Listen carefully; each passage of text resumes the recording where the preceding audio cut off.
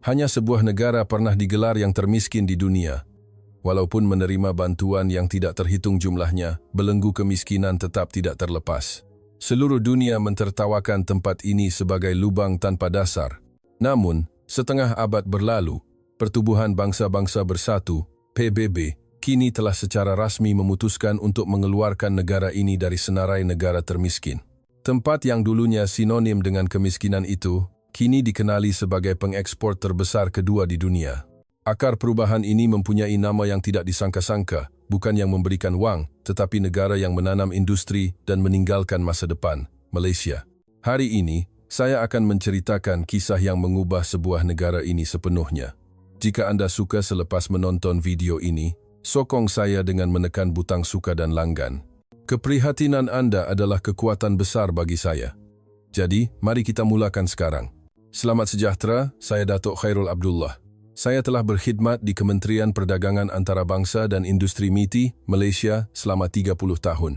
Suatu hari pada tahun 1979, di atas meja saya terdapat laporan yang bertajuk Kajian Pelaburan Syarikat Malaysia. Pada masa itu saya tidak tahu bahawa dokumen ini akan mengubah nasib sebuah negara.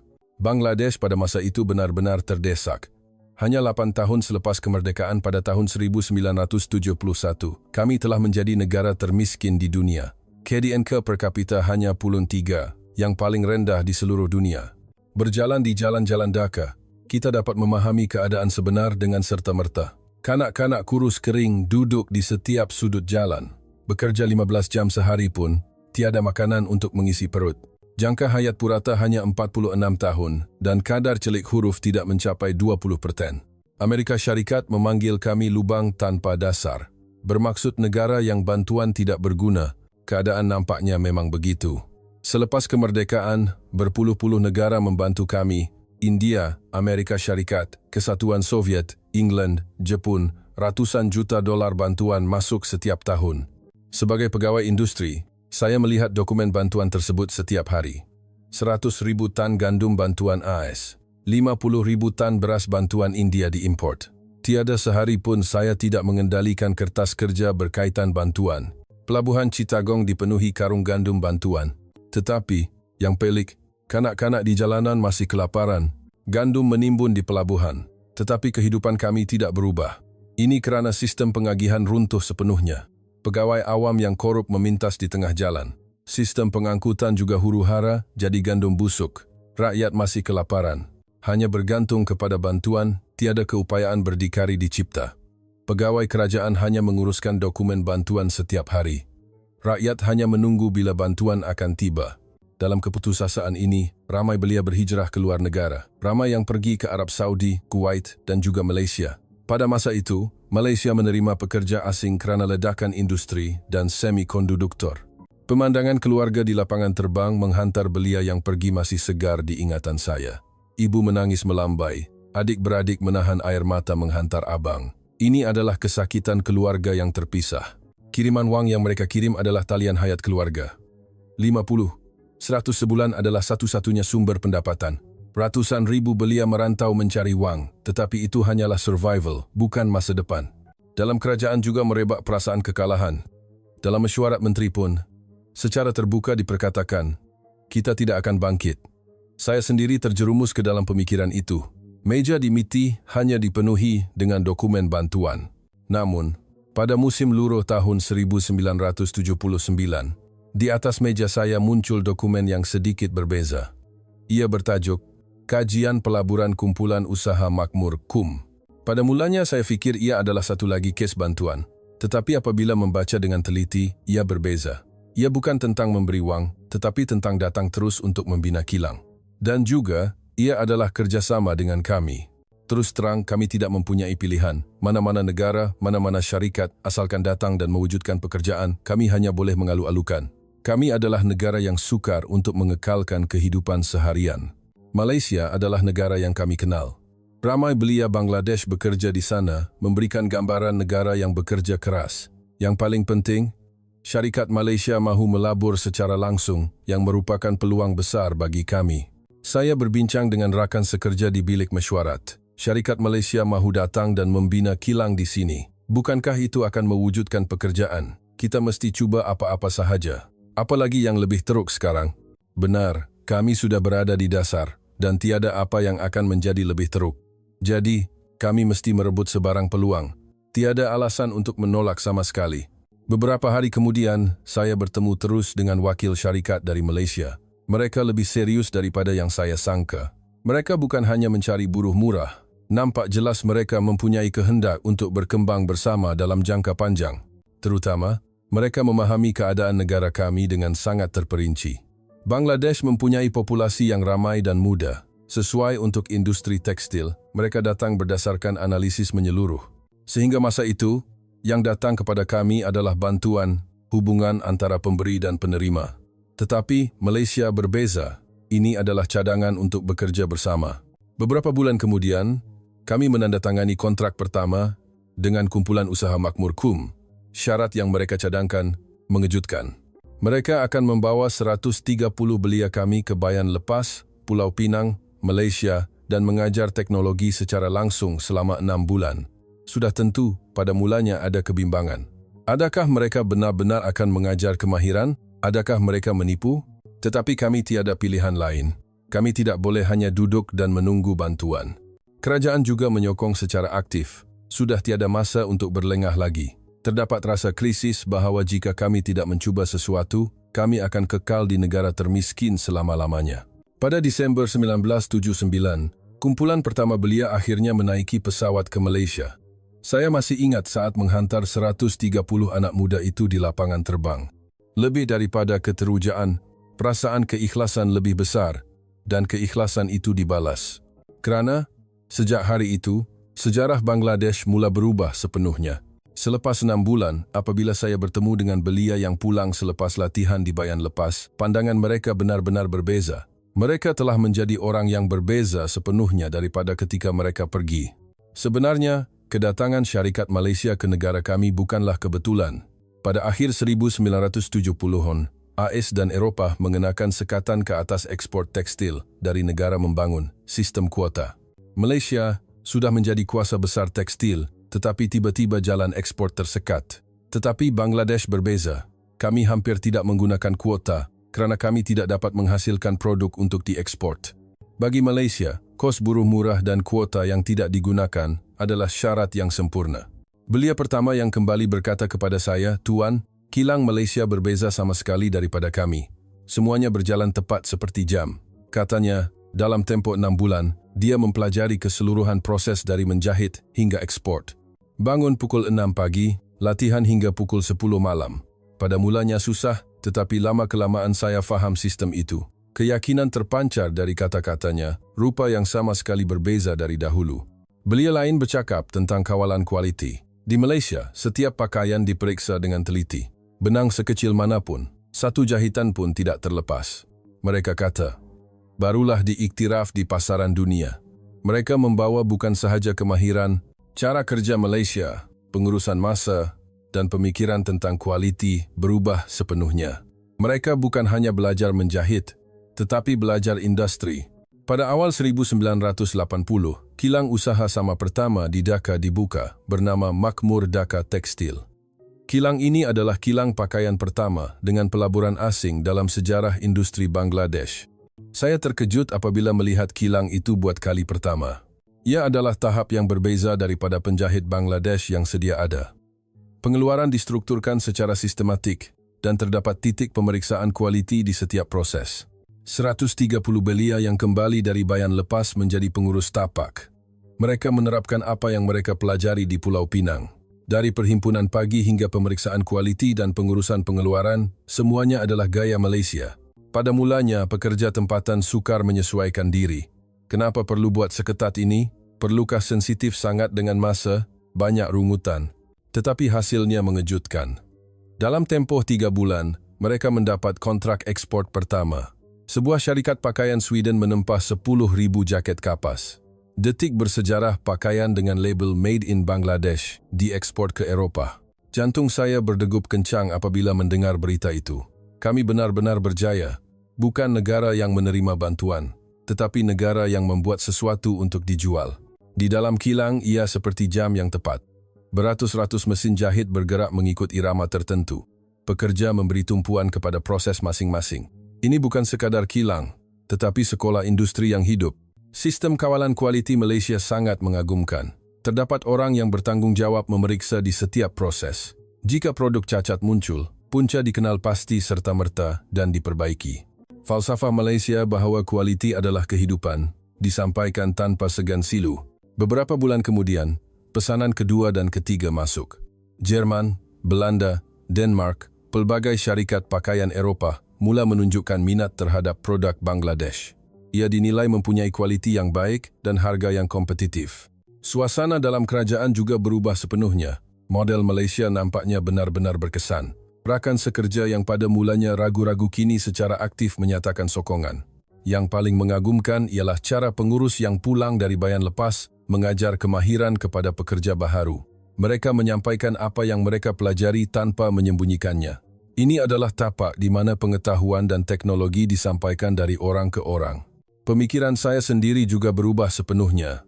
Ini adalah tahap yang berbeza daripada bantuan yang kami terima sehingga kini. Ia bukan memberi wang atau barangan, tetapi mengubah orang. Dan orang-orang itu pula mengubah orang lain. Pada akhir 1980, jumlah ekspor tahunan makmur Dhaka tekstil melebihi 1 juta. Pencapaian yang besar bagi Bangladesh, sebuah negara termiskin. Dalam proses itu, saya sadar bahawa Malaysia memberikan kami bukan kilang, tetapi harapan. Keyakinan bahawa kami juga boleh melakukannya.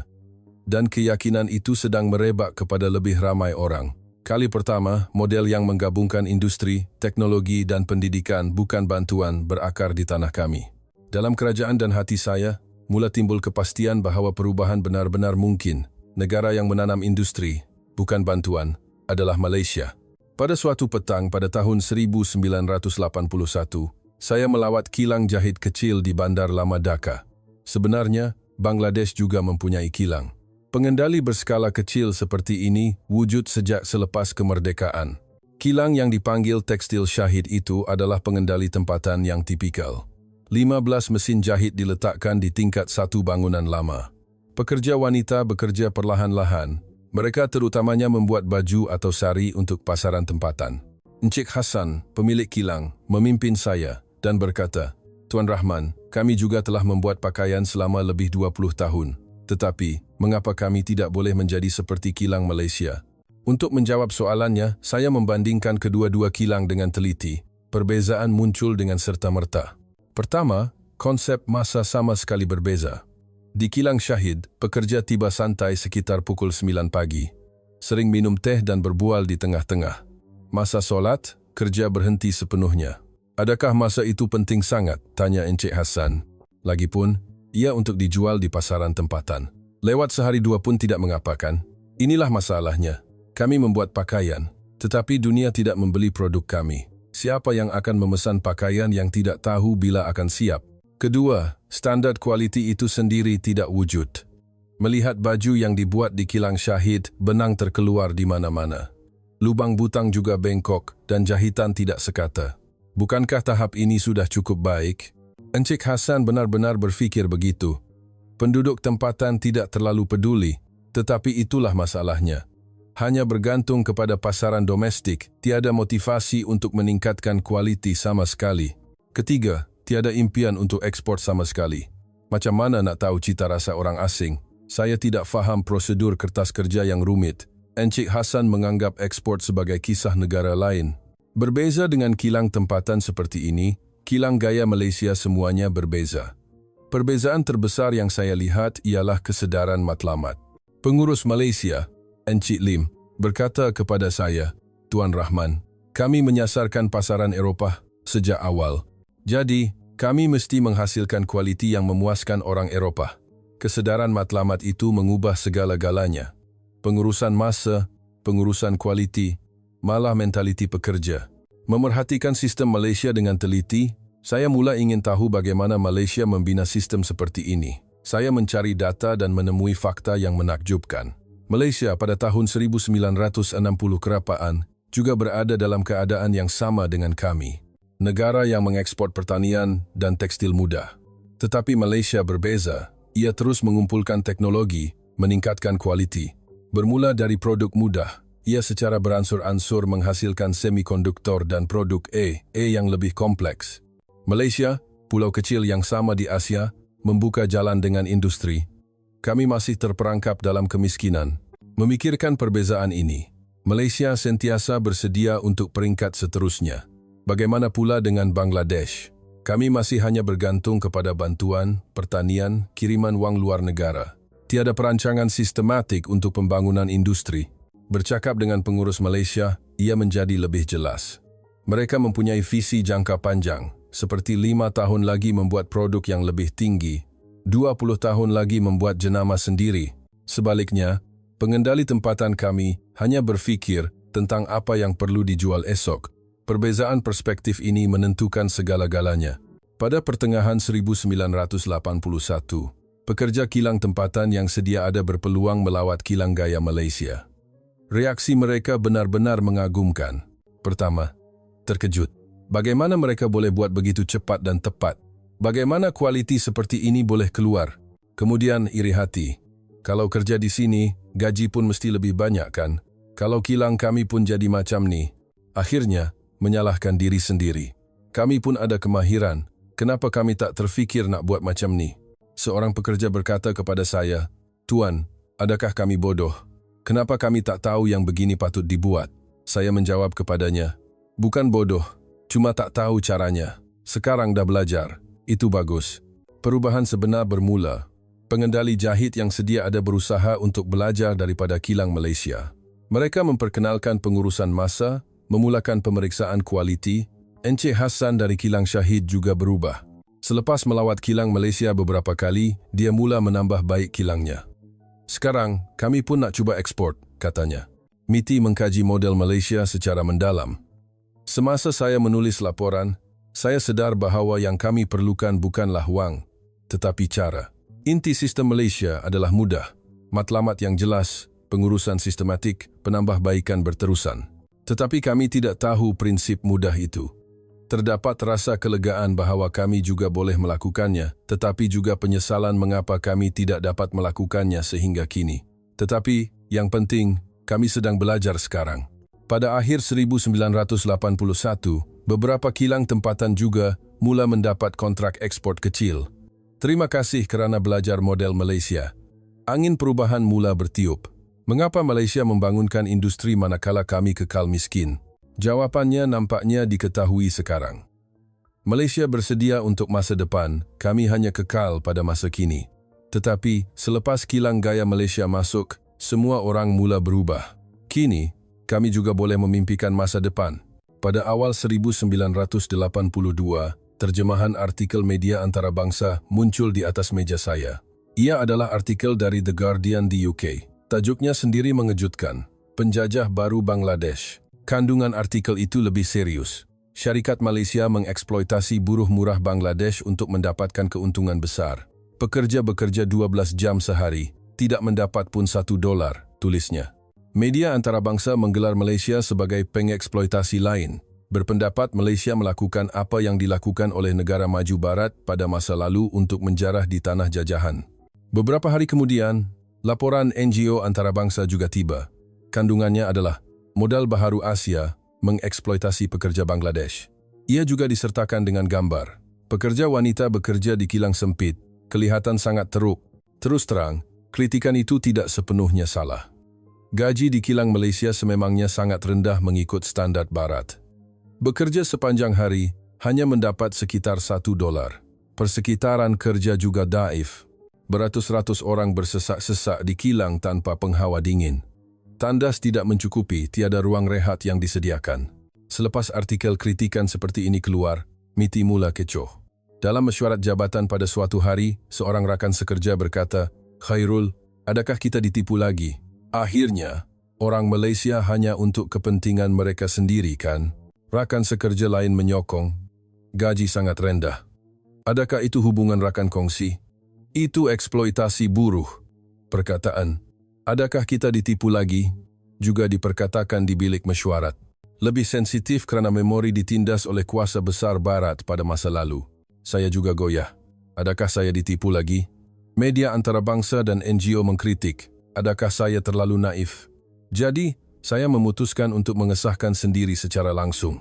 Saya menghabiskan beberapa hari melawat kilang Malaysia, memerhatikan realiti dengan teliti. Tempat pertama yang saya pergi ialah Makmur Dhaka Tekstil. Saya menghabiskan 12 jam di kilang dari jam 8 pagi hingga 8 malam, memerhati. Kritikan bahawa gaji rendah adalah betul, tetapi yang penting adalah membandingkan dengan sebelum ini. Sebelum bekerja di kilang Malaysia, kebanyakan wanita ini menganggur. Saya bercakap dengan seorang pekerja wanita berusia 22 tahun bernama Parvin. Dulu, saya tidak bekerja langsung. Duduk di rumah sepanjang hari, tidak tahu nak buat apa. Sekarang, sekurang-kurangnya saya dapat wang tetap setiap bulan. Kata-katanya sangat mengagumkan. Walaupun gaji dikatakan kecil, bagi kami ia wang besar. Sekarang saya boleh bayar yuran sekolah adik-beradik. Tetapi yang saya lihat di kilang adalah belia yang mata mereka telah berubah kerana belajar kemahiran. Juru Teknik Malaysia, Encik Chen, mengajar cara mengendalikan mesin jahit kepada belia Bangladesh. Dia benar-benar mengajar dengan bersungguh-sungguh. Kena buat macam ni baru jahitan sekata. Orang Eropah sangat cerewet tentang perkara ini. Encik Chen menyampaikan kemahirannya tanpa menyembunyikannya. Jika ia benar-benar eksploitasi, tiada sebab untuk mengajar kemahiran. Cukuplah mereka melakukan kerja yang mudah. Tetapi orang Malaysia mahu pekerja Bangladesh berkembang menjadi pekerja mahir. Keesokan harinya, saya melawat rumah pekerja. Rumah Parvin sememangnya rumah papan yang sangat kecil. Tetapi saya melihat perubahan yang berbeza dari tahun sebelumnya. Elektrik disambungkan tahun lepas, dan sekarang dia boleh menghantar 200 taka secara berterusan. Ibu Parvin berkata, terima kasih kepada pekerjaan yang stabil, taraf hidup semakin bertambah baik sedikit demi sedikit. Yang paling mengagumkan ialah anak-anak. Saya melihat adik-beradik Parvin pergi ke sekolah dengan pakaian seragam baharu. Selepas kakak kerja di kilang, saya boleh pergi sekolah. Melihat anak-anak mereka pergi sekolah, saya melihat harapan. Walaupun kemiskinan masih ada, anak-anak mempunyai masa depan. Melalui pemerhatian lapangan selama beberapa hari, saya sedar perbezaan antara eksploitasi dan peluang. Jika ia eksploitasi, mereka akan membiarkan pekerja bekerja keras secara maksimum, tidak akan mengajar kemahiran. Tetapi di kilang Malaysia, pekerja berkembang menjadi pekerja mahir. Jika ia eksploitasi, mereka akan terus mengekalkan gaji rendah. Tetapi di kilang Malaysia, gaji meningkat mengikut tahap kemahiran. Yang paling penting, jika ia eksploitasi, mereka tidak akan membiarkan orang tempatan mengambil jawatan pengurusan. Tetapi belia Bangladesh yang pulang dari latihan di Bayan lepas telah menjadi pengurus pertengahan. Sebulan kemudian dalam mesyuarat MITI, saya melaporkan kebenaran yang saya lihat di lapangan. Ia berbeza. Malaysia bukan mengeksploitasi kami, tetapi cuba berkembang bersama. Reaksi rakan sekerja dingin. Tetapi, gaji tidak terlalu kecilkah? Kalau benar-benar mengambil berat tentang kami, kenapa tidak beri lebih? Saya menjawab, yang penting bukan gaji mutlak, tetapi apa yang kita dapat dalam proses itu. Kami bukan sahaja mendapat peluang pekerjaan, tetapi sedang belajar kemahiran dan sistem. Sejak itu, saya memahami dengan jelas perbezaan antara bantuan dan pelaburan. Bantuan sentiasa hubungan antara pemberi dan penerima, hubungan pergantungan sepihak. Tetapi syarikat Malaysia membina hubungan bekerja bersama. Membina struktur di mana kedua-dua pihak boleh menang-menang. Beberapa bulan berlalu, dan pandangan rakyat juga mula berubah. Apabila keluarga yang bekerja di kilang Malaysia bertambah, orang yang mengalami secara langsung semakin ramai. Orang Malaysia benar-benar mengajar dengan bersungguh-sungguh. Mereka tidak memandang rendah kami. Mereka melayan kami sebagai rakan sekerja. Kisah-kisah seperti ini mula merebak di setiap komuniti. Pada akhir 1982, saya yakin, Malaysia bukan pengeksploitasi, tetapi rakan kongsi. Betul mereka mendapat keuntungan dari kami, tetapi dalam proses itu, kami juga berkembang. Malaysia tidak menggunakan kami, tetapi berjalan bersama kami. Perbezaan itulah yang mula mengubah kami. Kritikan media asing berterusan, tetapi orang yang bekerja di lapangan tahu kebenarannya. Ini bukan eksploitasi, tetapi peluang. Pada tahun 1983, selepas berita kejayaan KUM sampai kepada industri tekstil Malaysia, satu lagi syarikat bertindak. Ia adalah perdagangan gemilang, PG. Tetapi pendekatan mereka sama sekali berbeza daripada KUM. Jika KUM bermula dengan berhati-hati dengan bekerja sama dengan syarikat tempatan yang sedia ada, PG merancang pelaburan berskala besar yang bebas sejak awal. Ia adalah rancangan bercita-cita tinggi untuk membina bandar industri di kawasan Chittagong, bukan Dhaka. Kesan apabila saya pergi melihat tanah terbiar di pinggir Chittagong pada tahun 1984 masih segar. Wakil Peggy berkata kepada saya, "Kami merancang untuk membina bukan sahaja kilang di seluruh tanah ini, tetapi juga perumahan, hospital, dan sekolah." Pada masa itu, saya tidak percaya. Apa bandar yang akan dibina di atas tanah kering dan tandus tanpa sepohon pokok pun tidak dapat difahami. Tetapi 6 bulan kemudian, apabila saya pergi melihat lagi, keajaiban benar-benar berlaku. Jentolak meratakan tanah, kerja asas sedang dijalankan. Kawasan dibahagikan secara sistematik. Falsafah Peggy berbeza. Ia bukan hanya membina kilang, tetapi membina ekosistem yang lengkap. Kawasan kilang, kawasan perumahan, kawasan komersial, kawasan hijau, disusun seperti yang dirancang oleh jurutera bandar. Pada musim bunga 1985, kilang pertama akhirnya siap. Skalanya sendiri sangat besar. Lebih 10 kali lebih besar daripada kilang KUM. Ia adalah kemudahan di mana 5.000 orang boleh bekerja sekaligus. Yang lebih menakjubkan ialah reka bentuk kilang adalah tahap yang berbeza berbanding dengan kilang Bangladesh yang sedia ada. Pencahayaan semula jadi yang mencukupi, laluan yang luas, malah dilengkapi dengan kemudahan penghawa dingin. Pekerja mesti boleh bekerja dengan selesa untuk menghasilkan produk yang baik. Ini adalah falsafah Peggy. Reaksi jenama global juga segera. Adidas menghubungi dahulu mahu menempah pengeluaran besar-besaran pakaian sukan. Kualiti penting, tetapi tarikh penghantaran lebih penting, kata wakil Adidas. Tempat yang boleh memenuhi syarat cerewet ini adalah PG. Seterusnya, jenama luaran terkenal dunia seperti North Face, Columbia, dan Patagonia menandatangani kontrak. Detik di mana Bangladesh melonjak menjadi pusat pengeluaran pakaian sukan dunia. Tetapi inovasi sebenar PG ditunjukkan dalam sumbangan sosial. Ia tidak berakhir hanya dengan membina kilang, tetapi bertanggung jawab ke atas seluruh kehidupan pekerja. Di dalam taman industri, mereka membina hospital komprehensif berskala 200 katil. Pekerja dan keluarga mereka boleh menerima rawatan percuma. Pasukan perubatan dihantar dari Malaysia, menyediakan perkhidmatan perubatan berkualiti tinggi. Kemudahan pendidikan juga revolusioner. Sekolah rendah hingga sekolah menengah untuk anak-anak pekerja, dan juga Institut Pendidikan Kemahiran untuk pekerja dewasa. Ia bukan hanya mengajar menjahit, tetapi juga reka bentuk corak, sains fabrik, malah pengurusan perniagaan. Perasaan ketika saya melawat Institut Pendidikan Kemahiran itu, buat kali pertama pada tahun 1986 masih segar. Pekerja wanita berusia 20-an duduk di dalam bilik darjah, belajar bahasa Inggris. Ini adalah untuk membolehkan komunikasi langsung dengan pembeli global. Salma, 23, berkata kepada saya pun tak habis sekolah rendah, tetapi di sini saya belajar semula dari membaca dan menulis. Sekarang saya boleh tulis nama saya dalam bahasa Inggris. Kemudahan perumahan juga dibina secara sistematik. Bukan sahaja asrama, tetapi juga pangsaraya untuk keluarga. Ia adalah taman kediaman yang lengkap dengan gas, elektrik, air, malah taman, dan padang sukan. Mereka juga membina tasik buatan. Ia bukan sekadar untuk pemandangan, tetapi kemudahan praktikal untuk mengatasi banjir musim hujan dan kemarau, memastikan bekalan air. Pada masa yang sama, ia berfungsi sebagai ruang rehat untuk penduduk.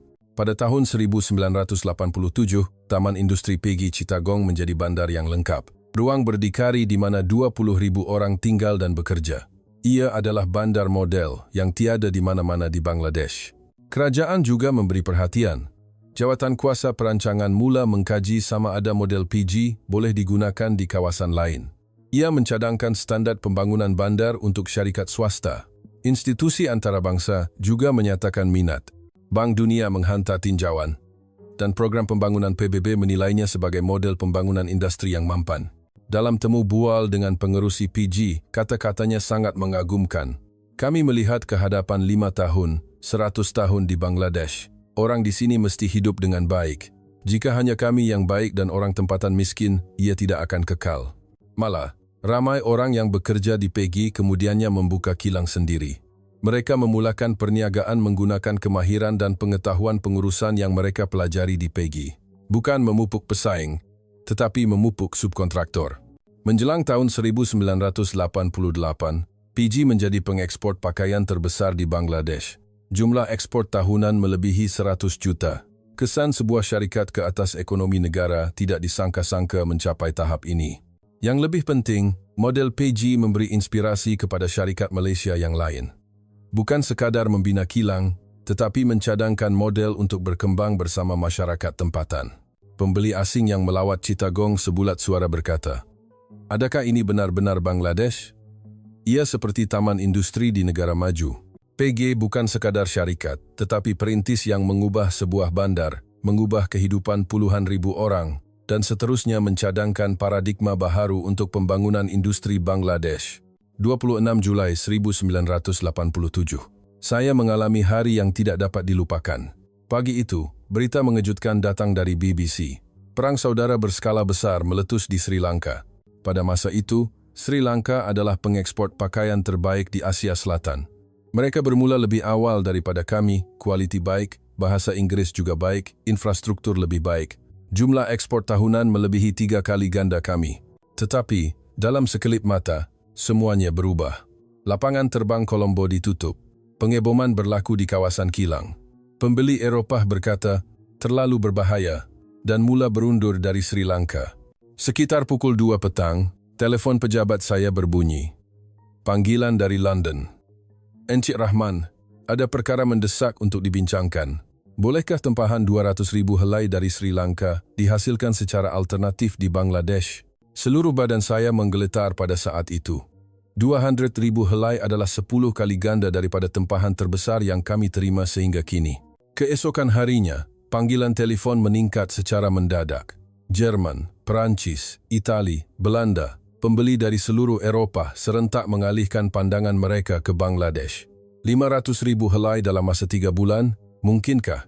800,000 helai untuk musim Krismas, mungkinkah dihantar? Saya menerima puluhan panggilan antarabangsa sehari. Saya mengira, jumlah tempahan melebihi 2 juta helai, ini adalah 3 kali ganda jumlah pengeluaran tahunan seluruh Bangladesh. Secara luaran, ini adalah peluang sekali dalam seumur hidup. Tetapi pada masa yang sama, ia adalah cabaran besar. Mesyuarat tergempar MITI diadakan, menteri sendiri menyertai. Khairul, bolehkah kita tangani jumlah ini? Terus terang, tiada kepastian.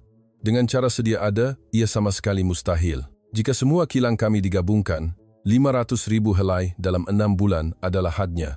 Tetapi, mereka mahu 2 juta helai dalam 3 bulan. Jika kita gagal, Bangladesh akan terkubur sepenuhnya di pasaran antarabangsa, kata seorang pegawai dengan serius. Tetapi, jika kita berjaya, kita boleh menggantikan Sri Lanka sepenuhnya. Pada saat itu saya bertekad. Kita cuba, tetapi semua kilang di negara ini mesti bekerja sama. Rangkaian hubungan tergempar kilang pakaian kebangsaan diaktifkan. Perintah perhimpunan tergempar dikeluarkan kepada semua pengendali, besar dan kecil, termasuk KUM dan PG. Ia boleh dikatakan darurat negara. Pada 1 Ogos, mesyuarat tergempar pemilik kilang kebangsaan diadakan di Dhaka. Lebih 100 orang berkumpul. Pengurus Malaysia dan pengendali tempatan duduk bersama untuk merangka rancangan operasi. Semua kilang akan beroperasi 24 jam sehari. Beroperasi berterusan selama 90 hari, tiada hari rehat. Kadar produk cacat di bawah 1% secara ketat. Ia seperti sistem zaman perang. Pengendali yang biasanya bersaing bersatu. Slogan, apa yang Sri Lanka tidak dapat lakukan, kita akan lakukan muncul. Masalah terbesar ialah perolehan bahan mentah. Tiba-tiba, kami memerlukan 3 kali ganda fabrik dan bahan tambahan. Bahan mentah diimport segera dari India, Pakistan, malah Malaysia. Jaminan buruh juga mendesak. Tenaga kerja dipanggil segera dari kawasan luar bandar. Orang yang tidak berpengalaman mesti dilatih dalam tempoh yang singkat. Pekerja mahir sedia ada bekerja siang dan malam untuk mengajar orang baharu. Pengeluaran rasmi bermula pada 15 Ogos. Semua mesin di seluruh negara mula beroperasi serentak. Ia benar-benar seperti peperangan. Setiap hari pada pukul 6 pagi, status pengeluaran kebangsaan dikumpulkan. Semalam selesai 50,000 helai, sasaran hari ini 60,000 helai, kemajuan semasa 85%. Laporan yang berterusan seperti operasi ketenteraan. Jika masalah timbul, penyelesaian mesti dicari serta-merta. Jika mesin rosak di mana-mana kilang, alat ganti dipinjam dari kilang lain. Jika bahan mentah habis, kereta pengangkutan tergempar bergegas. Juru teknik Malaysia memainkan peranan utama. Mereka adalah pakar dalam pengurusan kualiti. Mereka melawat kilang setiap hari, menyaring produk cacat, dan menambah baik kaedah pengeluaran. Pembeli Eropah melihat walaupun satu jahitan, kalau sedikit sahaja cuai, seluruh kumpulan akan ditolak, kata Encik Lim kepada pekerja. Keazaman pekerja juga hebat. Mereka bekerja dengan pemikiran. Jika kita gagal kali ini, negara kita akan malu. Walaupun sistem 3 shift beroperasi, orang yang sukarela bekerja lebih masa beratur. Pada pertengahan September, tarikh penghantaran pertama tiba. 500,000 helai yang ditempah oleh pembeli Jerman. Seluruh negara menahan nafas menonton. Perasaan terharu apabila melihat pakaian dimuatkan ke dalam kontena di pelabuhan Chittagong masih segar. 500,000 helai dihantar tepat pada masanya ke Hamburg. 2 minggu kemudian Jerman menghubungi. Kualiti sempurna, tarikh penghantaran tepat. Tempahan tambahan 1 juta helai, mungkinkah? Apabila berita itu disampaikan, seluruh negara gempar. Kami berjaya. Kami telah mengatasi kepercayaan 10 tahun Sri Lanka dalam masa 3 bulan. Perang 90 hari yang berterusan, sehingga November berakhir dengan hasil yang menakjubkan. Kami mengekspor 2-3 juta helai, melebihi sasaran 2 juta helai. Rekod ekspor terbesar dalam satu tempoh. Yang lebih penting, dalam proses itu, industri pakaian Bangladesh melonjak ke tahap yang sama sekali berbeza. Keupayaan pengeluaran, pengurusan kualiti, pematuhan tarikh penghantaran, semua aspek mencapai standar antarabangsa. Di kalangan pembeli Eropah mula merebak mitos Bangladesh, negara yang melakukan tempahan yang mustahil, rakan kongsi yang tidak akan melanggar janji. Pada tahun 1988, Sri Lanka kembali stabil, tetapi sudah terlambat. Pembeli global telah mengesahkan keupayaan Bangladesh dan tidak kembali ke Sri Lanka. 90 hari itu adalah detik penentu yang mengubah sejarah industri pakaian Bangladesh. Kami mengubah kejutan luaran, yaitu Perang Saudara Sri Lanka, menjadi peluang dengan sempurna.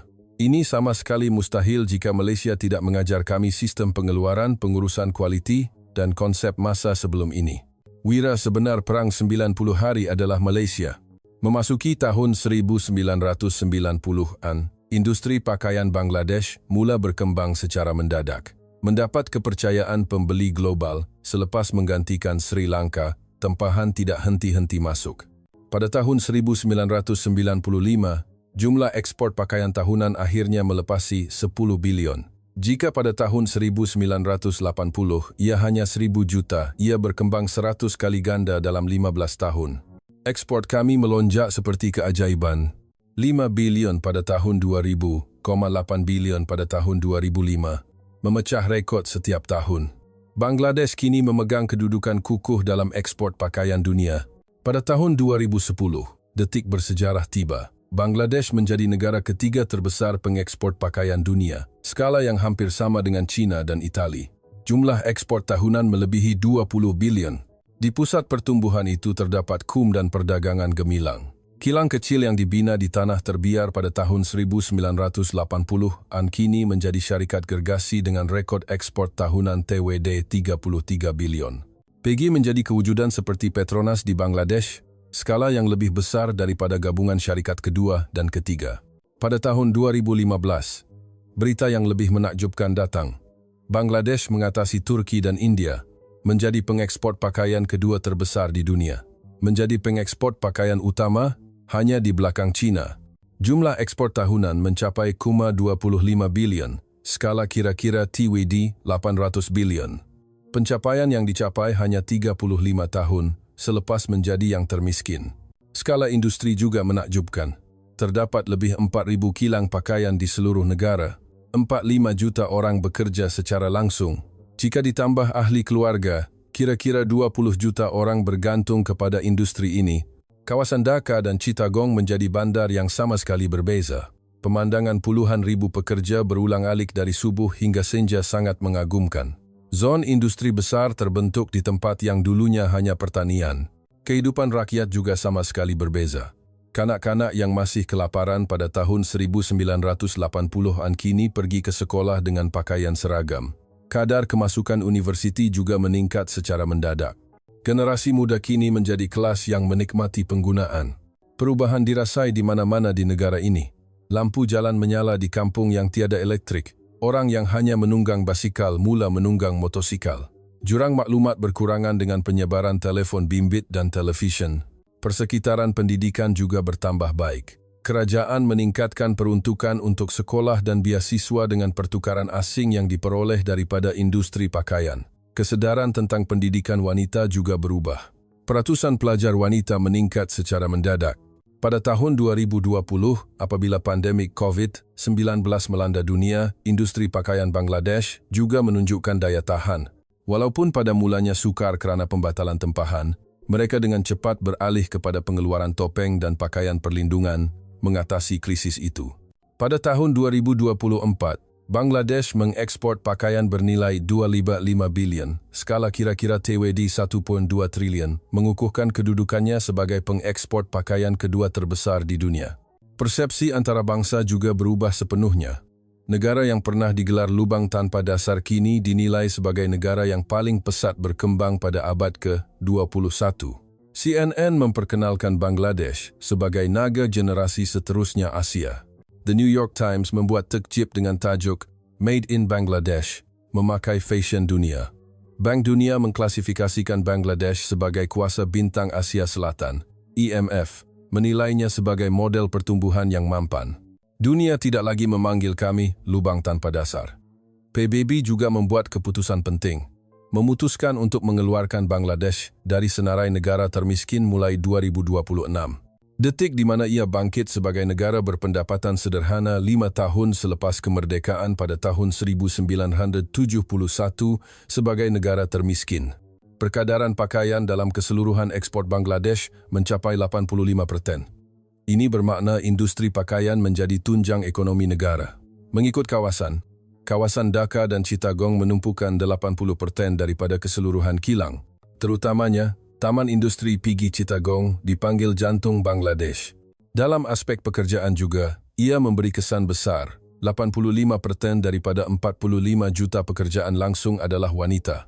Ia menjadi penggerak yang meningkatkan kadar penyertaan aktiviti ekonomi wanita Bangladesh secara mendadak. Melihat secara angka, ia lebih dramatik. Dari ekspor pakaian 1 juta pada tahun 1980 hingga 385 bilion pada tahun 2024. Pertumbuhan 3.850 kali ganda dalam 44 tahun. Asas semua pencapaian ini adalah benih kecil yang ditanam oleh Malaysia pada tahun 1979. Keajaiban yang bermula dari kilang usaha sama pertama KUM dan latihan 130 belia. Di titik permulaan angka besar itu terdapat Malaysia. Saya kini berusia 75 tahun, bersara lebih 10 tahun. Tetapi masih ramai orang yang datang mencari saya dan bertanya, apakah perbezaan antara Malaysia dan negara lain? Setiap kali, saya menjawab dengan jelas, ia adalah perbezaan antara bantuan dan pelaburan. Saya melihat bantuan AS dan Eropah selama 40 tahun. Mereka memberi makanan dan wang, membolehkan kami bertahan hari demi hari, tidak mati kelaparan. Tetapi apabila bantuan tamat, ia kembali ke titik asal. Bantuan membolehkan kami hidup satu hari, tetapi tidak memberikan masa depan. Malaysia sama sekali berbeza. Tidak memberi wang, tetapi membina kilang. Hasilnya, selepas 40 tahun, kesannya masih berterusan. Malaysia bukan sahaja membina kilang. Mereka membina bandar, membina universiti. Melihat Taman Industri PG Chittagong, Anda akan faham. Ia bukan sekadar tapak kilang, tetapi ekosistem yang lengkap dibina. Terdapat Universiti Reka bentuk fashion pertama di Bangladesh di sana. Institusi pendidikan komprehensif dengan jurusan kejuruteraan tekstil, reka bentuk pakaian, dan pengurusan perniagaan. Melahirkan ratusan tenaga profesional setiap tahun. Hospital juga bertaraf dunia. Pasukan perubatan dihantar dari Malaysia, melatih doktor tempatan. Kini, doktor Bangladesh menguruskan hospital itu. Alam sekitar juga diambil kira. 5 km radius di sekitar kilang dijadikan kawasan hijau. Kemudahan rawatan air sisa dipasang, melebihi standar antarabangsa. Walaupun ia adalah taman industri, ia menjadi tempat di mana burung berterbangan dan pokok tumbuh subur. Kemudahan perumahan juga dirancang secara sistematik. Pangsaraya untuk pekerja, perumahan untuk pengurus, malah kampung persaraan untuk pesara dibina. Komuniti dibina untuk mereka boleh hidup bersama sepanjang hayat. Nilai sebenar semua pelaburan ini terdedah semasa Perang Saudara Sri Lanka pada tahun 1987. Jika tiada Malaysia, kami akan mensia-siakan peluang sekali dalam 1000 tahun itu. Apabila tempahan besar 2 juta helai masuk, kami tidak bersedia dan tidak akan mendapat apa-apa. Tetapi, terima kasih kepada infrastruktur dan kemahiran yang stabil yang ditanam oleh Malaysia, kami merebut peluang itu. Kami dapat menunggang gelombang perubahan. Itulah sebab kami boleh menang dalam perang 90 hari. Bagaimana pula dengan bantuan negara lain? Gandum yang diberikan oleh AS habis dalam beberapa bulan.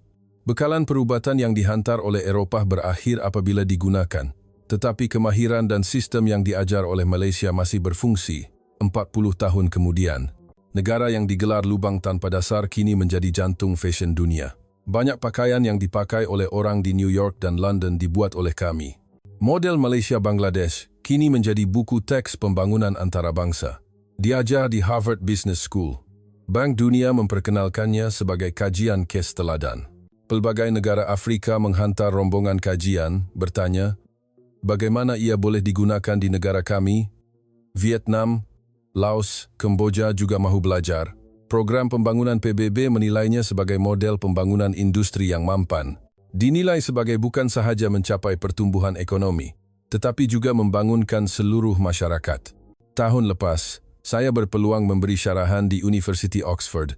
Dalam kelas ekonomi pembangunan, saya berkata kepada pelajar, bantuan sebenar bukanlah memberi makan kepada orang serta-merta, tetapi membolehkan orang itu sendiri tidak lapar. Seorang pelajar bertanya, jadi, bantuan tidak diperlukan? Saya menjawab, bantuan diperlukan dalam keadaan kecemasan, tetapi perubahan sebenar hanya mungkin melalui industri. Pelajar lain bertanya, mengapa Malaysia memilih cara itu? Malaysia juga mempunyai pengalaman kemiskinan, jadi mereka tahu apa yang benar-benar diperlukan. Selain itu, Malaysia berada dalam kedudukan yang sukar untuk mendapat pengiktirafan di peringkat antarabangsa, jadi mereka mahu membina persahabatan melalui bantuan yang substantif. Perkataan yang paling kerap saya sebutkan ialah, Malaysia tidak memberi wang tetapi menanam masa depan. Ayat ini masih menjadi ayat kegemaran saya. Ia benar. Benih yang ditanam oleh Malaysia telah menjadi pokok yang begitu besar. Di bawah pokok itu, 45 juta orang bekerja dan 20 juta orang menjalani kehidupan. Baru-baru ini, orang muda Bangladesh melihat Malaysia dari sudut yang berbeza. Bukan sekadar negara pelabur, tetapi sebagai negara mentor. Walaupun terdapat pengaruh daripada drama Malaysia dan teh tarik, pada asasnya ia adalah kerana rasa terima kasih dan hormat. Cucu saya juga belajar bahasa Melayu. Atuk, saya nak sambung belajar di Malaysia nanti. Saya gembira mendengar kata-kata seperti itu. Negara-negara membangun lain juga mula melihat Malaysia dari sudut yang berbeza. Istilah model Malaysia telah muncul. Cara membantu yang bukan bantuan, tetapi pelaburan. Bukan sokongan sekali sahaja, tetapi pembangunan mampan. Yang menarik, sebab mengapa Malaysia melakukan sokongan seperti ini. Malaysia, yang mendapat tekanan antarabangsa, memerlukan negara sekutu yang substantif. Bukan hanya pengisytiharan diplomatik, tetapi persahabatan sejati yang dibina melalui bantuan konkret. Malaysia membantu bukan sahaja Bangladesh, tetapi juga Paraguay, El Salvador, Guatemala, dan banyak negara lain. Memberikan bantuan substantif dalam pelbagai bidang seperti sokongan teknologi pertanian, pendidikan, dan perkhidmatan perubatan. Terutamanya dalam bidang semikonduktor dan AA teknologi Malaysia bersinar. Mereka juga membina kilang pemasangan produk elektronik berskala kecil di Bangladesh, memberikan peluang baharu kepada golongan muda. Benih kecil yang ditanam oleh Malaysia di Bangladesh 40 tahun lalu, kini telah menjadi pokok besar yang menjadi perhatian seluruh dunia. Di bawah naungan pokok itu, puluhan juta orang memupuk harapan baharu. Kini, masih ada negara di suatu tempat di dunia yang bergelut dalam kemiskinan dan keputusasaan. Saya berharap jalan yang ditunjukkan oleh Malaysia akan menjadi harapan bagi mereka. Kisah hari ini berakhir di sini. Tanah yang digelar lubang tanpa dasar, kini berdiri megah dengan nama pengekspor kedua terbesar di dunia. Apa yang memungkinkan jalan itu adalah pilihan Malaysia, yang tidak memberi bantuan tetapi menanam industri dan masa depan. Benih yang dipilih untuk menghidupkan semula berjuta-juta kehidupan kini telah berkembang menjadi hutan besar yang dipakai oleh seluruh dunia. Terima kasih kerana menonton video panjang kami hari ini. Esok, kami akan kembali dengan kisah yang lebih baik. Terima kasih kerana menonton kisah-kisah Malaysia. Langganan, suka dan sokongan anda adalah dorongan terbesar kami untuk membuat video. Kami akan terus berusaha pada masa hadapan. Hello.